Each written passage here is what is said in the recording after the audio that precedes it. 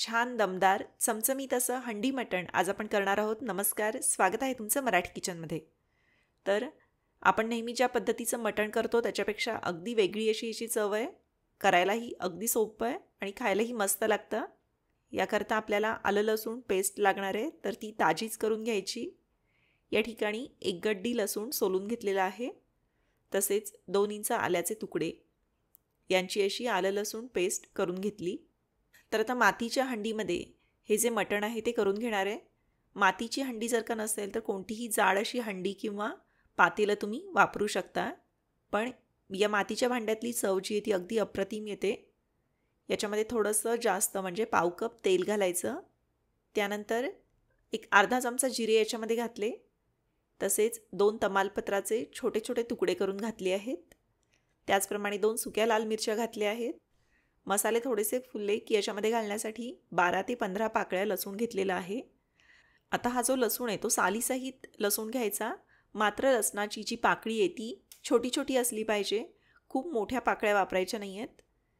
गड्डीच्या मधला लसूण तुम्ही घेऊ शकता किंवा लसणाची गड्डी जर का छोटी असेल तर ती तशीच अख्खी घातली तरीसुद्धा चालते.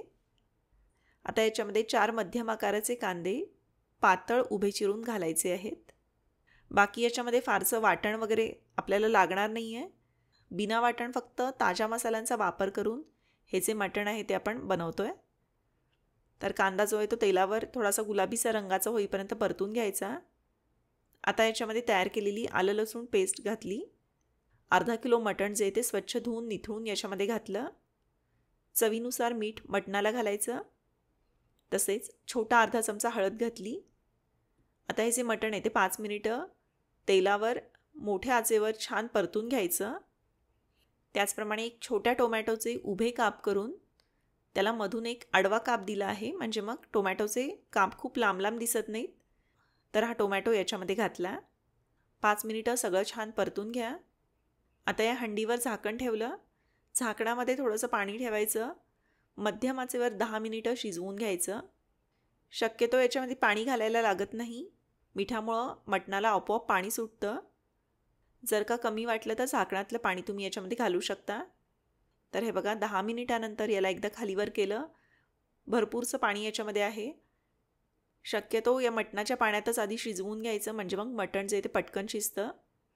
त्यानंतर आता पुन्हा झाकण ठेवलं आहे. आता 15 ते 20 मिनिटं हे झाकण ठेवून असंच शिजवून घ्यायचं आहे.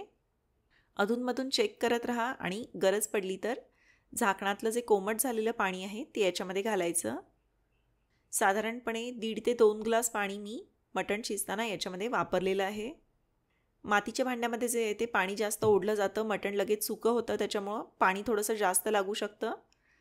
आता याच्यामध्ये बऱ्यापैकी पाणी आहे, तर एक झाकण ठेवून 15 मिनिटं याला न हलवता शिजवून घ्यायचं आहे. दरम्यान आपण एक मसाल्याची ताजी अशी पूड करून घेणार आहोत. तर त्याकरता 1 टेबलस्पून धणे पॅनमध्ये काढले. याच्यामध्ये अर्धा चमचा जिरे घातले, अर्धी जावित्री, एखादा वेलदोडा, 5-6 मिरी, 2 दालचिनीचे तुकडे आणि अगदी 3 ते 4 लवंग एवढेच गरम मसाले घालायचे. हवं तर एखादा मसाला वेलची याच्यामध्ये घालू शकता. मसाले जास्त वापरायचे नाही आहेत, कारण खडे मसाल्यांची ताजी पूड जेव्हा आपण करतो तेव्हा त्याचा जो फ्लेवर आहे तो खूप जास्त असतो. जास्त मसालेदार नको व्हायला याकरता मसाले थोड्याच प्रमाणात वापरायचे. हलके गरम करून घेतले आणि मग थंड झाल्यानंतर मिक्सरवर याची बारीक पूड करून बाजूला ठेवून द्यायची. त्याचप्रमाणे या ठिकाणी 1 टेबलस्पून धणे पूड वेगळी अशी घेतलेली आहे आणि याच्यामध्ये 1 टेबलस्पून म्हणजे एक मोठा चमचा बेडगी मिरची पावडर किंवा जे कोणतं तिखट तुम्ही वापरत असाल ते घातलं. पाणी घालून याची अशी पेस्ट करून ठेवली. हे बघा जवळजवळ आता 35 ते 40 मिनिटं झालेली आहेत आणि मटण जे आहे ते आता बऱ्यापैकी असं शिजलं आहे. एक 5 ते 10 मिनिटात मटण जे आहे ते पूर्णपणे शिजेल. जसजसं हे मटण शिजतं तसं यातला जो कांदा आहे तो मऊसर होतो आणि कांद्याची एक ग्रेव्ही अशी तयार होते. त्याचप्रमाणे जो आपण सालीसहित लसूण घातला होता तो सुद्धा खूप छान मऊसर असा शिजतो आणि एक वेगळाच फ्लेवर जो आहे तो या मटणाला येतो. आता या पॉईंटला शेवटी सगळे मसाले घालायचे, म्हणजे मसाल्यांचा जो स्वाद आहे तो जात नाही. पाण्यामध्ये भिजवलेली धणेपूड आणि लाल तिखट घातलं. तसेच जी गरम मसाला पावडर आपण तयार करून घेतली होती ती याच्यामध्ये घातली. 5 मिनिटं मटण जे ते मसाल्यासोबत छान परतून घ्यायचं. जे आपण मसाले, तिखट, कांदा वगैरे घातलेलं होतं ते सगळं छान असं एकजीव झालं पाहिजे आणि तेलावर छान असं परतलं गेलं पाहिजे. गरज पडली तर झाकणातलं गरम पाणी याच्यामध्ये घाला आणि आता 10 मिनिटे याला झाकण लावून दमवर असं छान शिजवून घ्यायचं. हे बघा, हे आता मटण असं एकदा व्यवस्थित शिजलं आहे का ते चेक करा. आणि सगळ्यात शेवटी बारीक चिरलेली कोथिंबीर वरून घातली आणि गॅस बंद करायचा. मातीच्या हंडीत जर का हे मटण असेल शिजवलेलं तर बऱ्याच वेळ तसंच छान गरम असं राहतं. पोळीसोबत, भातासोबत किंवा भाकरीसोबत मटण अतिशय मस्त लागतं. मातीच्या भांड्याचा खूप छान आणि वेगळा असा स्वाद जो येतो या मटणाला येतो.